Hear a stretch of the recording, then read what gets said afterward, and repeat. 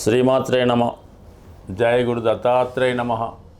ఈ వీడియోలో మనం ఏప్రిల్ 3వ తారీఖు నుంచి జూన్ 6వ తారీఖు మధ్యలో కర్కాటక రాశిలో సంచరిస్తున్నటువంటి కుజగ్రహ ప్రభావం ఏ విధంగా ఉండబోతుంది అనే విషయాన్ని పరిశీలించినప్పుడు ఈ కుజుడు చాలా వరకు ఎవరి జాతకంలో బలంగా ఉంటాడో వారు జీవితంలో స్వయం కృషితోనే ఎవరి సహకారం లేకుండా జీవితంలో పైకి రావడం జరుగుతూ ఉంటుంది. కుజుడితో పాటు రవిగ్రహం కూడా బలంగా ఉంటేనే కుజుడు ఇంకా తన యొక్క ఫలితాన్ని చాలా పవర్ఫుల్గా ఇవ్వడం జరుగుతూ ఉంటుంది. అంటే ఒక రాజ్యంలో రాజు ఎంత బలవంతుడై ఉంటే ఈ సైన్యాధ్యక్షుడు కూడా అంత పవర్ని కలిగి ఉంటాడు. కాబట్టి కామన్గా ఈ కుజుడు రవి యొక్క బలాన్ని బట్టి జాతకంలో పనిచేయడం జరుగుతూ ఉంటుంది. జాతకుడికి కానీ ఎవరికైనా అశాంతికి కారణాలు కామ, క్రోధ, లోభాలని వీటి వల్లే ప్రతివాడు అశాంతికి లోనవుతుంటాడు. అయితే కామానికి శుక్రుడు కారణమైన అతి కామానికి కుజగ్రహం కారణం అవుతూ ఉంటాడు.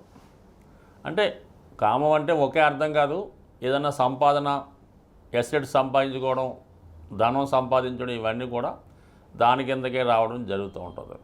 లోభం అన్నది ఏంటంటే అది పిసనారితనం.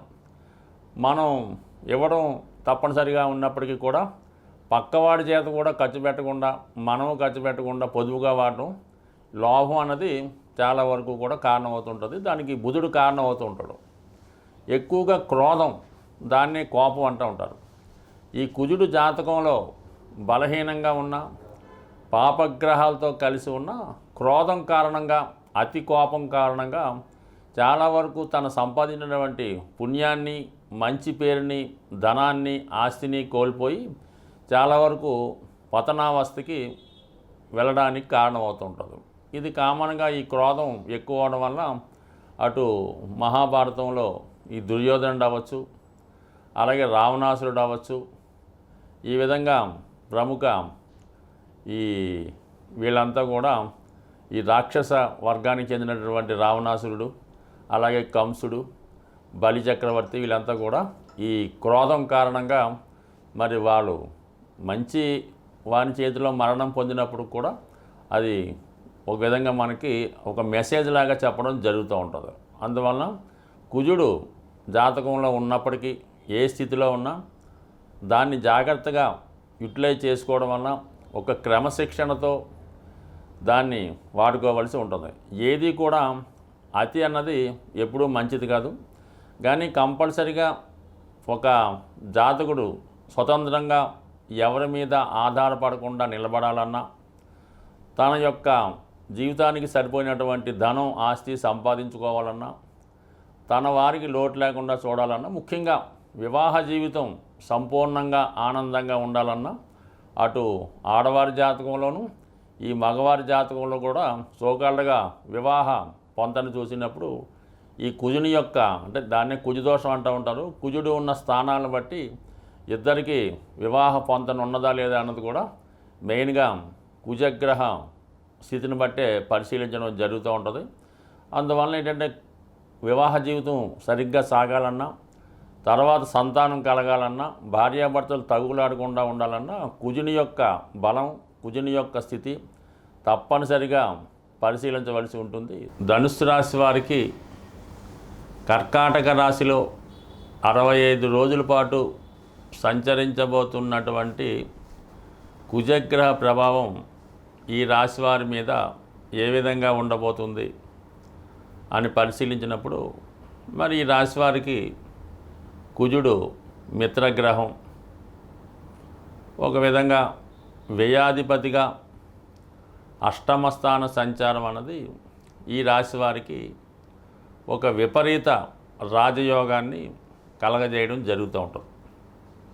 ఇది ఏదన్నా మైనస్ ప్లస్ లాగా మరి ఈ రాశి వారికి అష్టమ భావంలో ఈ కుజగ్రహ సంచారం ఒకేసారి కొన్ని ఆకస్మిక సంఘటనలు అనుకూలంగాను ప్రతికూలంగాను జరిగే అవకాశం ఉన్నది. ముఖ్యంగా స్థిరాస్తికి భూములకి సంబంధించిన విషయాల్లో చాలా కాలంగా పరిష్కారం కాని విషయాలు ఏమన్నా ఉంటే అవి ఈ సమయంలో మీకు పరిష్కారం అయ్యే అవకాశం ఉంది. అంటే సహజంగా ఈ కర్కాటకం సహజ చతుర్థ స్థానం కాబట్టి అక్కడ ఉన్నటువంటి కుజుడు ఈ రాశి వారికి వ్యయాధిపతిగా ఏవైనా భూములు స్థిరాస్తులు చాలా కాలంగా అమ్ముడుపోకుండా మనల్ని ఇబ్బంది పెడుతూ ఉంటే ఈ సమయంలో మీకు అవి అమ్ముడయ్యే అవకాశం ఉంది. అంటే మీ యొక్క స్థిరాస్తి ఇతరుల ఆధీనంలోకి వెళ్ళే అవకాశం ఉంది. అది కొంతమందికి పాజిటివ్గాను నెగిటివ్గా కూడా ఉండే అవకాశం ఉంది. లేదా ఇతరుల ఆధీనంలో ఉన్నటువంటి ఆస్తి మీకు నిజంగా రావాల్సి ఉంటే కంపల్సరిగా ఈ సమయంలో మీకు రావడం జరుగుతూ ఉంటుంది. అయితే మీ యొక్క ఆలోచనలు ఏదైతే మీరు ఒక కార్యక్రమాన్ని ఒక ప్రాజెక్టుని చేపడదాం అనుకుంటున్నారో అది కొంతకాలం పాటు వాయిదా వేసుకోవడం మంచిది. ప్రస్తుతం ఉన్నటువంటి పరిస్థితుల్లో ఎక్కువగా మీ యొక్క అభివృద్ధికి చూసి ఓర్వలేని వారు ఏదో విధంగా మిమ్మల్ని అన్పాపులర్ చేసే ప్రయత్నంలో మీరు చేస్తున్నటువంటి ప్రతి కార్యక్రమాన్ని అబ్జర్వ్ చేస్తూ మరి సమయం వచ్చినప్పుడు మీపై అటాక్ చేసే విధంగా అంటే ఆ గ్రహస్థితి చెప్తూ ఉంటుంది. అంటే అటాక్ చేయడం అంటే పూర్వకాలంలాగా తుపాకులు కత్తులతో కాకుండా ఏదైనా పొరపాటు జరిగినప్పుడు దాన్ని పబ్లిక్లో వెల్లడి చేసి కొద్దిగా మిమ్మల్ని అవమానపరిచే విధంగా చేసే అవకాశాలు ఉన్నాయి. కాబట్టి మరి ఏదైనా ఈ ధనుసు రాశి వారు ఒక సొసైటీలో ఒక హోదా కలిగి ఉంటారు. అంటే ఇది సహజంగా భాగ్యస్థానం కాబట్టి ఒక గురువు హోదాలో ఉండడం జరుగుతూ ఉంటుంది అన్నమాట. అంటే ఒక ఉపాధ్యాయుడిగా, ఒక ఫాస్టర్గా, ఒక ప్రచారకుడిగా, ఒక దైవ మార్గం వెళ్ళే వ్యక్తిగా, 10 మందిని మంచి మార్గంలో పెట్టే వ్యక్తిగా, ఒక గురువు హోదాలో ఒక మంచి హోదా కలిగి ఉంటారు. అంటే వీళ్ళు పబ్లిక్లో కొన్ని కార్యక్రమాలు చేసినప్పుడు వాటిని ఇతరులు కూడా అనుసరించే అవకాశం ఉంటుంది. కాబట్టి మరి గురువు హోదా కలిగినటువంటి మీరు కొన్ని విషయాలకి దూరంగా ఉండవలసి ఉంటుంది. కొన్ని విషయాలు కంపల్సరిగా సమాజం కోసమో చుట్టుపక్కల ఉన్నవారి కోసమో చేయవలసి ఉంటుంది. ముఖ్యంగా ధర్మ కార్యక్రమాలు కరెక్ట్గా నెరవేర్చడం, అలాగే కొన్ని పాటించవలసిన నియమాలు కంపల్సరిగా పాటించవలసి ఉంటుంది. ఏదైనా కొన్ని సందర్భాల్లో ఏదైనా ప్రలోభాలకు లొంగడం కానీ, ఇతరుల దగ్గర నుంచి ఏవైనా ఆశించడం కానీ, ఈ శాస్త్రాలని అంటే ఈ జ్యోతిష్యాన్ని, ఇంకొక శాస్త్రాన్ని, వాస్తు మొదలగు వేదిక్ శాస్త్రాలని వారి స్వప్రయోజనాలకి ఉపయోగించుకోవడం వల్ల మరి దానికి ఎదుటివాడిని మోసం చేసో, మభ్యపెట్టో, భయపెట్టో బలవంతంగా వారి చేత కొన్ని కార్యక్రమాలు నిర్వహించడం చేస్తూ ఉంటారు.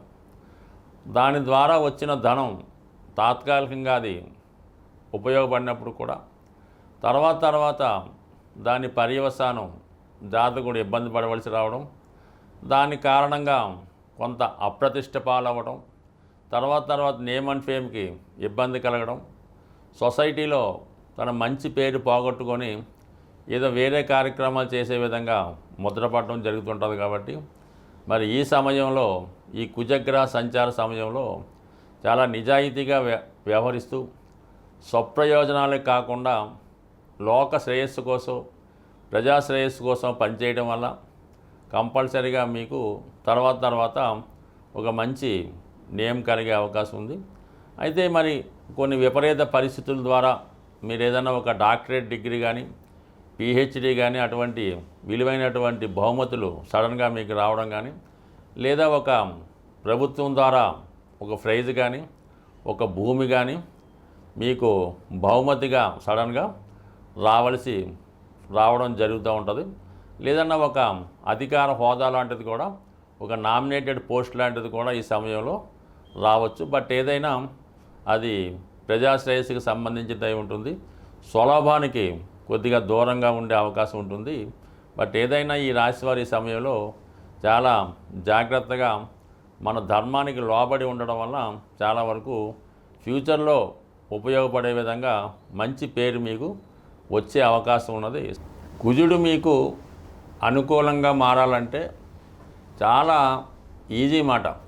కుజుడు తొందరగా అనుగ్రహించే గ్రహం కాబట్టి కుజగ్రహం మీకు అనుకూలించాలంటే సాధ్యమైనంత వరకు మీరు ఈ మంగళవారం రోజు హనుమాన్ చాలీసా పారాయణ వల్ల, హనుమాన్ని పూజించడం వల్ల, మంగళవారం నియమంగా ఉండడం వల్ల చాలా వరకు మీరు కుజుని యొక్క అనుగ్రహానికి పాత్రలవుతుంటారు.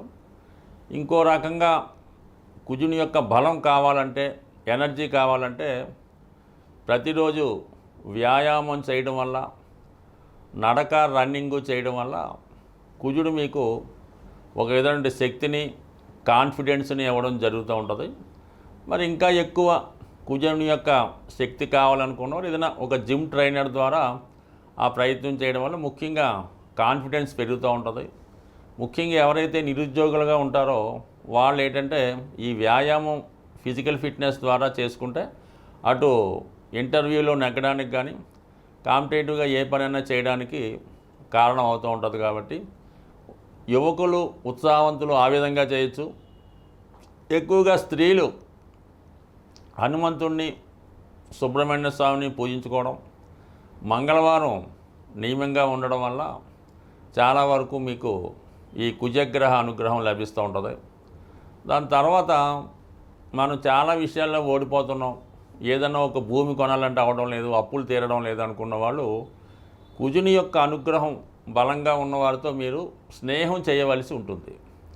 అంటే ఆ కుజగ్రహం అనుగ్రహం ఎవరి మీద ఉంటుందంటే కేవలం ఈ యూనిఫారం వేసుకొని విధి నిర్వహణ చేస్తూ ఉంటారు కదా, ఎక్కువగా ఈ ఫారెస్ట్ డిపార్ట్మెంటు, ఈ పోలీస్ డిపార్ట్మెంటు, ఎక్సైజ్ డిపార్ట్మెంట్ వారితో, అందులో మీకు ఏదైనా దగ్గర బంధుత్వం, స్నేహం మీతో చదువుకున్న వాళ్ళు ఉంటే వాళ్ళతో ఎక్కువ ఫ్రెండ్షిప్ చేయడం వల్ల, వాళ్ళతో రెగ్యులర్గా మీకు టచ్లో ఉండడం వల్ల ఏమవుతుందంటే ఆటోమేటిక్గా మీలో ఉన్నటువంటి కుజుడు యాక్టివేట్ అవ్వడం ద్వారా కుజుని యొక్క బలం పెరగడం జరుగుతూ ఉంటుంది. ఇక అన్ని రకాలుగా సమస్యలు అంటే వివాహ సమస్యతో ఉన్నవారు ఆంజనేయ స్వామిని తమలపాకులతో పూజ చేయవలసి ఉంటుంది. రుణ బాధలు ఉన్నవాళ్ళు ఆంజనేయ స్వామిని సింధూరంతో పూజ చేయవలసి ఉంటుంది. అంటే ఎదటివాడి యొక్క ఈర్ష్యకి, అసూయకి గురైన వాళ్ళు, పెద్ద పెద్ద ప్రాజెక్టులు పెట్టుకొని వాటిని పూర్తి చేయాలనుకున్నవారు ఆంజనేయ స్వామికి వడమాల సమర్పించడం ద్వారా, అలాగే శత్రుబాధలు పోవాలనుకున్నవారు ఆంజనేయ స్వామికి నిమ్మకాయల దండ, సంతానం కావాలనుకున్నవారు ఆంజనేయ స్వామికి వడమాల, ఈ విధంగా ప్రతిదానికి కూడా ఈ స్వామివారి దగ్గర పరిహారాలు ఉన్నాయి. అవి నమ్మకంతో చేయవలసి ఉంటుంది. మన శక్తి కొలది చేయవలసి ఉంటుంది. అంటే శక్తి కొలది అన్నప్పుడు ఎలా ఉంటుందంటే ఏదో చిన్న విద్యార్థి ఉన్నాడు, చాలా బీద కుటుంబం, వాడు ఏదో కొద్దిగా ఒక 21 తమలపాకులతో పూజ చేయనే సరిపోతుంది. మనం బాగా ధనవంతులం, నెలకు 3-4 లక్షలు సంపాదిస్తాం అనుకున్న వాళ్ళు వాడు 108 తమలపాకులు కాకుండా ఒక తమలపాకుల బుట్ట, దాంతో అభిషేకం చేయడం వల్ల, అంటే వాళ్ళ శక్తి కొలది చేయడం అంటే ఇదే అర్థం మాట. దానివల్ల అలా చేయాలి తప్ప అది మనం ఒకరితో పోల్చుకోకుండా మన శక్తి ఎంతవరకు అనుకరిస్తుందో మనస్ఫూర్తిగా ఏదైనా ఇటువంటి పరిహారం మీరు చేయడం వల్ల శీఘ్రంగా మీకు స్వామి యొక్క అనుగ్రహం లభించే అవకాశం ఉంది. బట్ ఏదైనా భూమి దక్కాలంటే ఆంజనేయ స్వామి అనుగ్రహం తప్పనిసరిగా ఉండాలి. కాబట్టి సాధ్యమైనంత వరకు ఈ భూమి కావాలనుకున్న వాళ్ళు ఆంజనేయ స్వామిని పూజించుకోవడం, కుజగ్రహ అనుగ్రహం కోసం మంగళవారం నియమంగా ఉంటూ, మరి ఈ మధ్యకాలంలో వస్తున్నటువంటి ఈ కరుంగలి మాల ధరించడం వల్ల కానీ, 3 ముఖాల రుద్రాక్ష ధరించడం వల్ల కానీ, లేదంటే ఈ పగడం, మంచి జాతి పగడం దొరికినప్పుడు దాన్ని ఉంగరంగా ధరించడం వల్ల కానీ, లేదా ఇవన్నీ కానప్పుడు కాపర్తో తయారు చేసినటువంటి కడియం కానీ ఉంగరం కానీ ధరించడం వల్ల, రాగి గ్లాసులో వాటర్ తాగడం వల్ల, రాగి పాత్రలు ఉపయోగించడం వల్ల కూడా కుజగ్రహ అనుగ్రహం ఉంది. కుజగ్రహం అనుగ్రహం ఉన్నవాడికి రుణాలు అయితే ఉండవు. స్వస్తి.